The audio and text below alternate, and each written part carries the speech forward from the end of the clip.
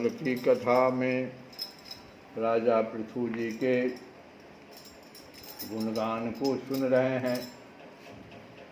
पृथु रूप से सर्वेश्वर भगवान श्री विष्णु ने ही अवतार ग्रहण किया था। तो सूत जी कहते हैं कि जब विदुर जी ने भगवान वासुदेव की कथा कहने के लिए इस प्रकार से प्रेरणा किया, तब मैत्रेय जी ने प्रसन्न चित्त से उनकी प्रशंसा करते हुए कथा शुरू कर दी।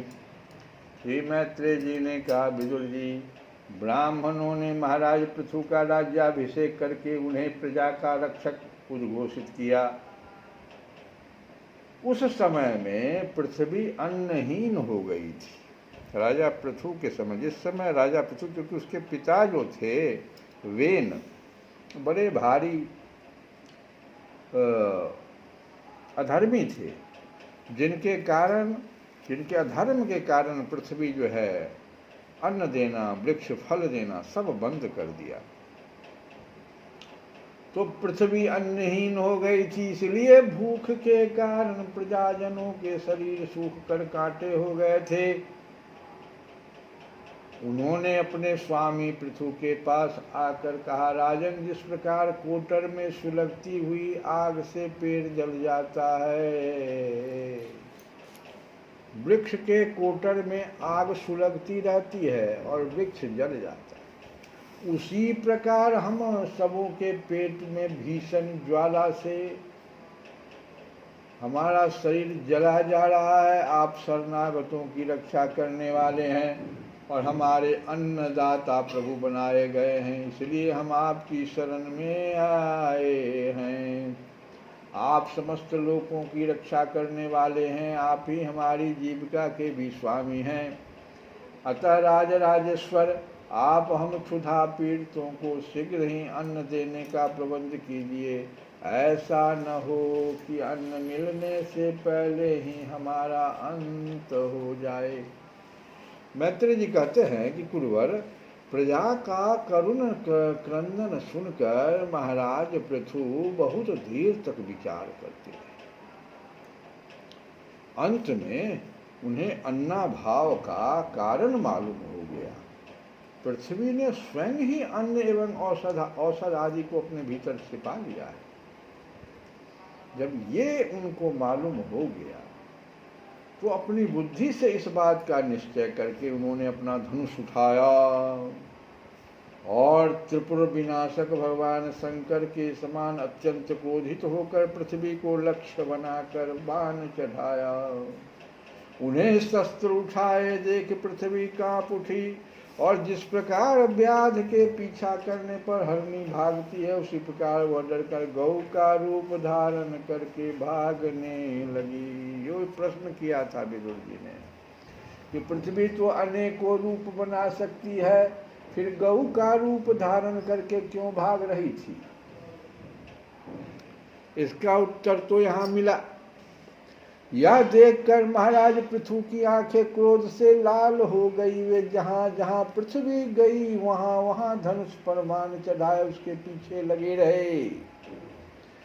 दिशा विदिशा स्वर्ग पृथ्वी और अंतरिक्ष में जहां जहां भी वह दौड़ कर जाती, वहीं उसे महाराज पृथु हथियार उठाए अपने पीछे दिखाई देती।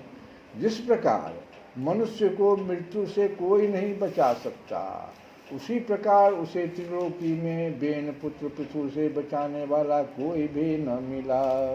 तब वह अत्यंत भयभीत होकर दुखित चित्त से पीछे की ओर लौटी और महाभाग पृथु जी से कहने लगी, धर्म के तत्व को जानने वाले शरणागत वत्सल राजन, आप तो सभी प्राणियों की रक्षा करने में तत्पर हैं, आप मेरी भी रक्षा कीजिए। मैं अत्यंत दीन और निरपराध हूँ, आप मुझे क्यों मारना चाहते हैं? इसके सिवा आप तो धर्मज्ञ माने जाते हैं, फिर मुझे स्त्री का वध आप कैसे कर सकेंगे? स्त्रियां कोई अपराध करे तो साधारण जीव भी उन पर हाथ नहीं उठाते। यहीं से देखो शास्त्र कैसे स्त्रियों पर हाथ उठाने से मना किया जा रहा है। स्त्रियां कोई अपराध करे, और ये पृथ्वी माता बोल रही है कि स्त्रियां कोई अपराध करे तो साधारण जीव भी उन पर हाथ नहीं उठाते। आप तो राजा हैं, फिर आप जैसे करुणामय और दीन वत्सल तो ऐसा कर ही कैसे सकते हैं। मैं तो एक सुदृढ़ नौका के समान हूँ। स्त्री क्या होता है? सुदृढ़ नौका।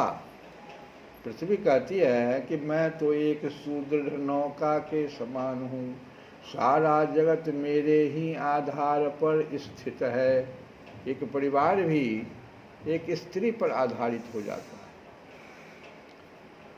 मुझे तोड़ कर आप अपने को और अपनी प्रजा को जल के ऊपर कैसे रखेंगे? यही है स्त्रियों पर हाथ न छोड़ने की व्याख्या। अगर स्त्री ही समाप्त तो फिर ये परिवार बचेगा कैसे? महाराज पृथु ने कहा, पृथ्वी तू मेरी आज्ञा का उल्लंघन करने वाली है। तू यज्ञ में देवता रूप से भाग तो लेती है, किंतु उसके बदले में हमें अन्न नहीं देती। इसीलिए आज मैं तुझे मार डालूंगा। तू जो प्रतिदिन हरी हरी घास खा जाती है, तू गाय के रूप में थी ना, तो तू जो प्रतिदिन हरी हरी घास खा जाती है और अपने थन का दूध नहीं देती, ऐसी दुष्टता करने पर तुझे दंड देना अनुचित नहीं कहा जा सकता। ये स्त्रियों का, अब वो तो ऊपर में, लेकिन अब महाराज पृथु भी स्त्री के इन दोषों से कहते हैं उनको बचने के लिए स्त्रियों को। तू तो प्रतिदिन हरी हरी घास खा जाती है और अपने थन का दूध नहीं देती, ऐसी दुष्टता करने पर तुझे दंड देना अनुचित नहीं कहा जा सकता।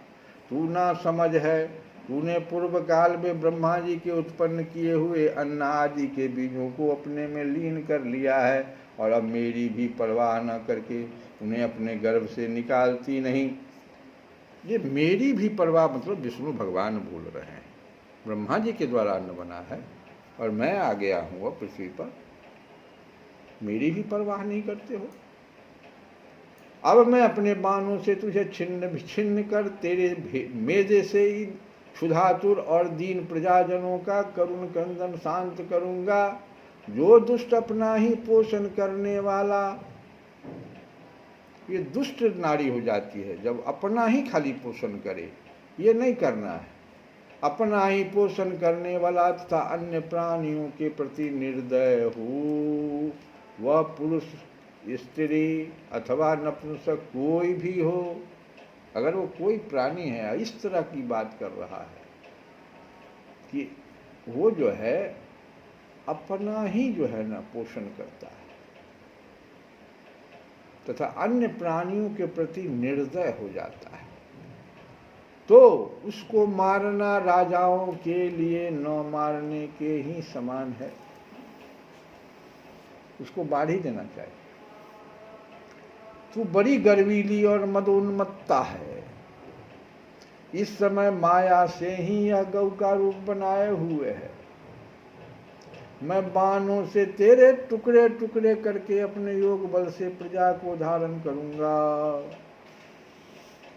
इस समय महाराज पृथु काल की भांति क्रोधमयी मूर्ति धारण किए हुए थे। उनके ये शब्द सुनकर धरती कांपने लगी और उसने अत्यंत विनीत भाव से हाथ जोड़कर कहा। पृथ्वी ने कहा, आप साक्षात परम पुरुष हैं तथा अपनी माया से अनेक प्रकार के शरीर धारण कर गुणमय जान पड़ते हैं। वास्तव में आत्मानुभव के द्वारा आप अधिभूत, अध्यात्म और अधिदैव संबंधी अभिमान और उससे उत्पन्न हुए राग द्वेष आदि से सर्वथा रहित हैं। मैं आपको बार बार नमस्कार करती हूँ। आप संपूर्ण जगत के विधाता हैं।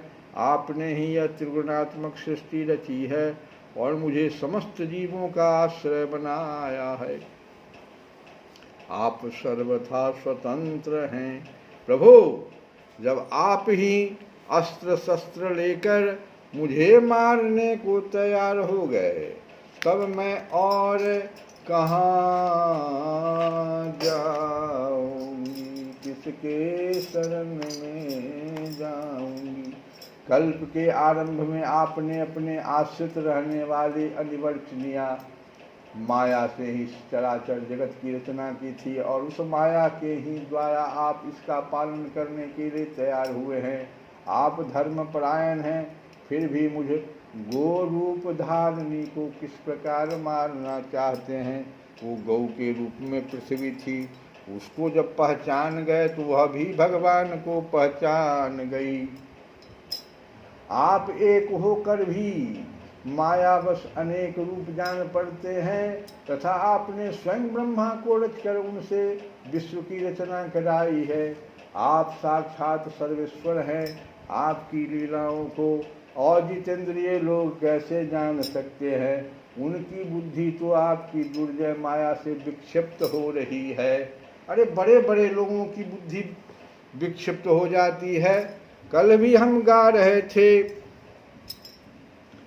मम इच्छा पर गा रहे थे, तो मम इच्छा कह दीन दयाला, मम इच्छा कह दीन दयाला, मम इच्छा कह दीन दयाला। राम चिन्ह चाहि सो होई, राम अरे राम किन्ह चाहि सो होई, राम किन्ह चाहि सो होई। इस पर हमने नारद जी का पूरा प्रकरण सुना है। इसके विपरीत अगर जब आदमी चला जाता है, जैसे अभी कहे ना, पृथ्वी माता कर रही है, भगवान की इच्छा की जब विपरीत हो जाता है, पृथ्वी भी जब विपरीत हो गई, और देखो कह रहे पृथ्वी की बड़े बड़े लोग जो है ना नहीं समझ पाते हैं इस मम इच्छा को। इसका बड़ा सुंदर आगे व्याख्या, एक तो हमने किया, दूसरा व्याख्या देखो कि भगवान विवाह करके जनकपुर से आए हैं, सारे अयोध्या में खुशी की लहर है, और उसी खुशी की लहर में प्रजा जो है ना अभिलाषा प्रकट कर देती है। अभिलाषा इच्छा को कहते हैं। और कितना दुख का वो कारण बन जाएगा। वहाँ अगर प्रजा ये कहती कि नहीं, भगवान की जो इच्छा होगी वही होगा, जब उनकी इच्छा होगी युवराज बनेंगे या राजा बनेंगे, वो नहीं हुआ। कभी कभी यह गलती सारे पृथ्वी पर सभी लोगों से हो रही है, जिसके कारण बहुत बड़ा संकट पैदा हो जाता है। अभिलाषा पर यहाँ पर तुलसी बाबा का बहुत बड़ा चोट है। जब हम इस सूत्र को जान गए कि राम किन्ह चाहि सो होई, तो फिर हम अपनी अभिलाषा को क्यों प्रकट इस तरह से करते हैं, जीव क्यों इतना बड़ा कर देते हैं, त्रिशंकु की तरह क्यों लटक जाते हैं। तो क्या किया था लोगों ने इच्छा कि सबके उड़े अभिलाषु असे कहीं मनाई महे, कहीं मनाई महे। पूरे अयोध्या में सबके उड़ अभिलाषु असे, क्या अभिलाष। अब वो भोले बाबा से कह रहे, सभी जितने भी प्रजाजन महेश से जाकर के विनती कर रहे हैं क्या कि आप अक्षैत जुबराज पद, आप अक्षैत जुबराज पद, राम ही देहु न रे,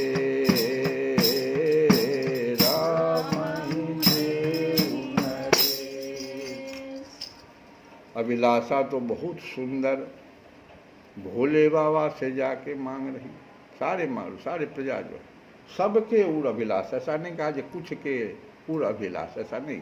तुलसी बाबा बड़ा संभाल के लिख रहे हैं। लेकिन यहाँ फिर लेकिन लग गया, भगवान की इच्छा, वहां भगवान हैं,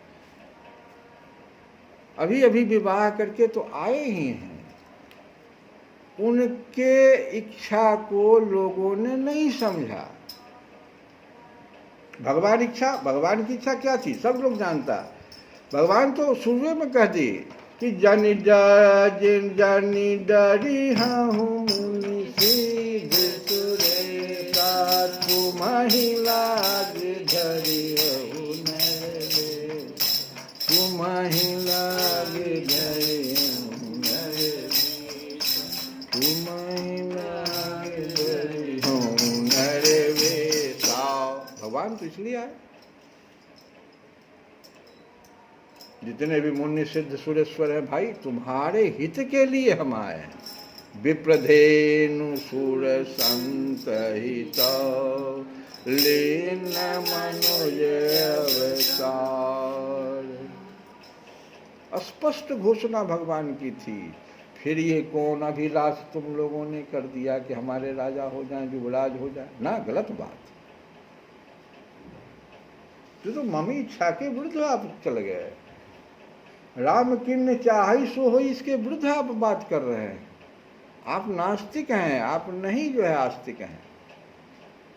मर्यादा को आपने तोड़ा है, जिसका परिणाम देखिए। अब देखो आगे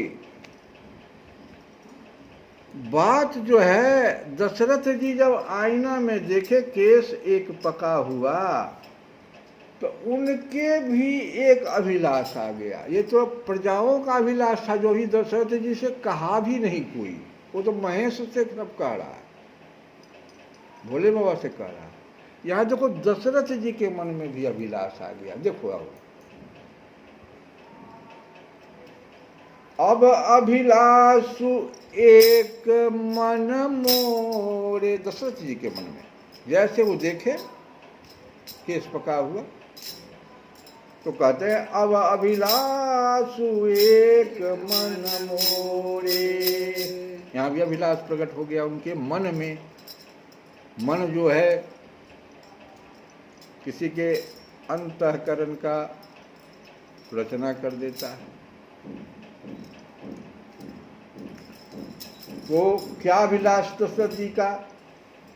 दशरथ जी इस अभिलाष को लेकर मन में ही रखे रहे। राजा जो थे कहीं प्रकट नहीं किया उन्होंने, और सीधे राज सिंहासन से उठे और वशिष्ठ गुरु महाराज के पास पहुंच गए और उनसे कहते हैं कि नाथ राम करी हैं युवराजो, यह लालसा एक मन माही, यह लालसा एक मन माही।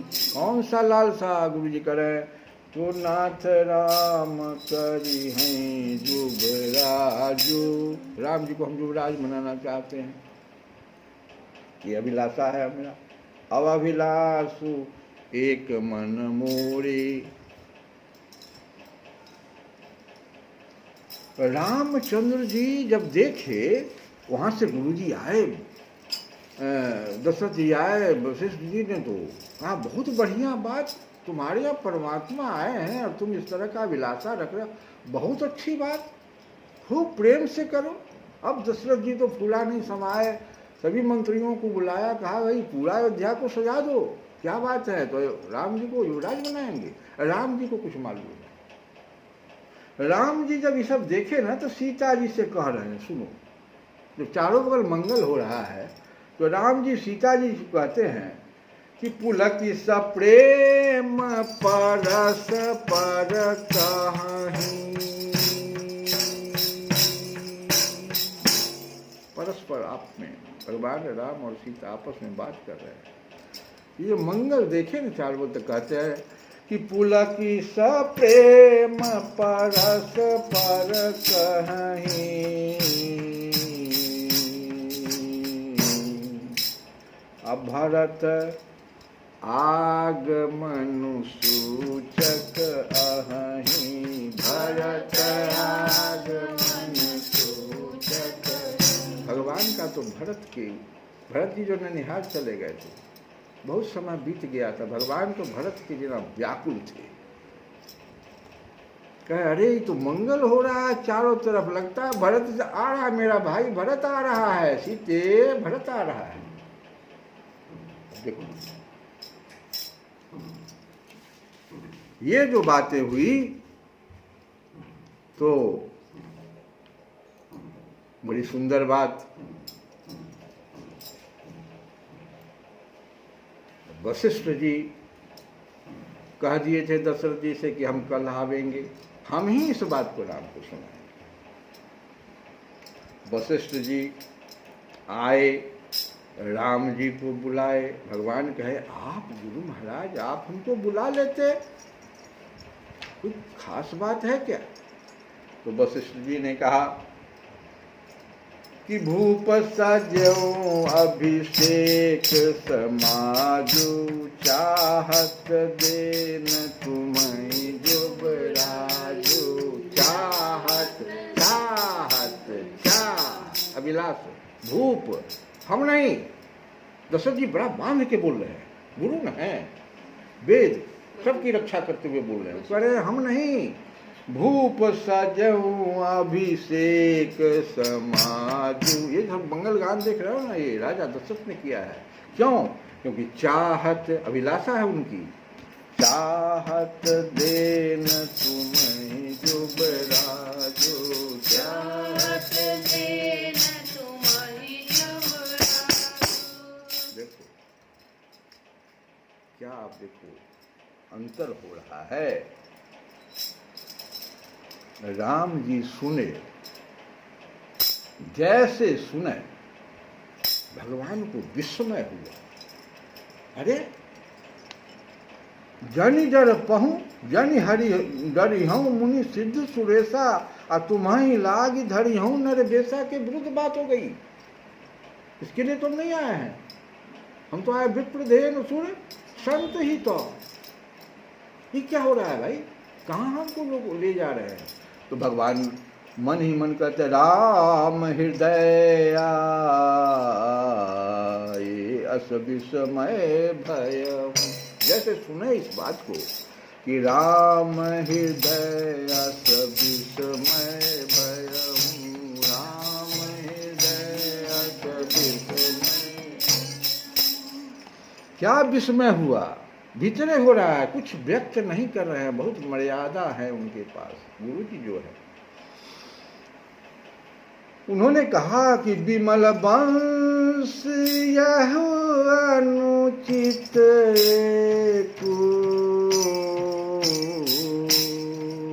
अनुचित शब्द लगा दिया भगवान ने। वो भी नहीं कहे कि हम आए हैं विप्रधेन सुसंत ही। तो भगवान ने एक दूसरी बात मन में सोची, यहाँ सीता जी भी नहीं है। जैसे वशिष्ठ जी ने कहा, उनके हृदय में ये बात आई कि विमल वंश, ये तो वंश हमारा सूर्य वंश के हम लोग हैं, ये विमल वंश है, एक पर एक राजा हुए इसमें। लेकिन इस वंश में, इस निर्मल वंश में यही एक अनुचित बात हो रही है।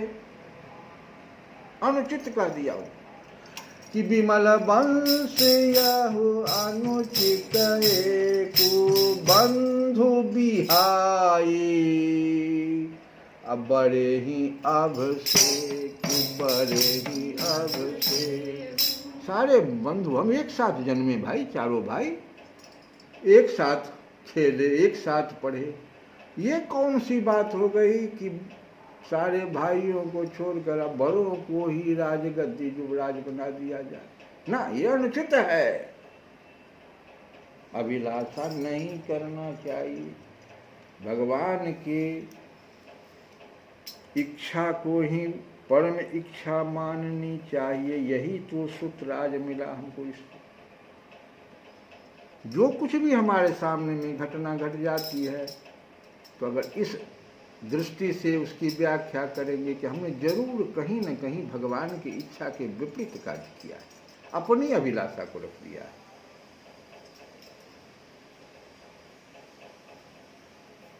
और देखो इधर भगवान के हृदय में ये बात आई भी नहीं, तो पहले ही तो भगवान सबको कह दिए थे, मुनि सिद्ध सुरेशा सुरेशा, जितने भी देवता उसको भी तो कहे थे कि तुम्हारी लागी धरी हो मेरे बेशा।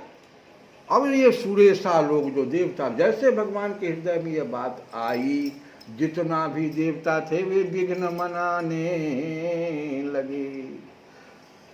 उधर कुचक्री देवता विघ्न मना रहे हैं, तिन्हि सुहाई न अवध बधावा। ना ये क्या हो रहा है भाई, भगवान तो इसके लिए नहीं आए, भगवान तो इसके लिए आए थे, हमको कहे थे इस बात को। तो उन्होंने जाकर के देवताओं ने शारदा जी से, सरस्वती माता से, भाई इनके पास तो कोई शक्ति नहीं थी रोकने की दशरथ जी को, क्योंकि वो साथ इंद्र के साथ बैठते थे। तो उन्होंने सरस्वती माता से प्रार्थना कर दिया कि राम जाहि बन राजुत जी। स्पष्ट कह दिया देवताओं ने कि अब तभी हमारा ये होगा पूरा। कहीं भगवान नहीं इसको बोल रहे हैं, कहीं वशिष्ठ जी नहीं बोल रहे हैं, गुरु महाराज, देवता लोग कह रहे हैं कि राम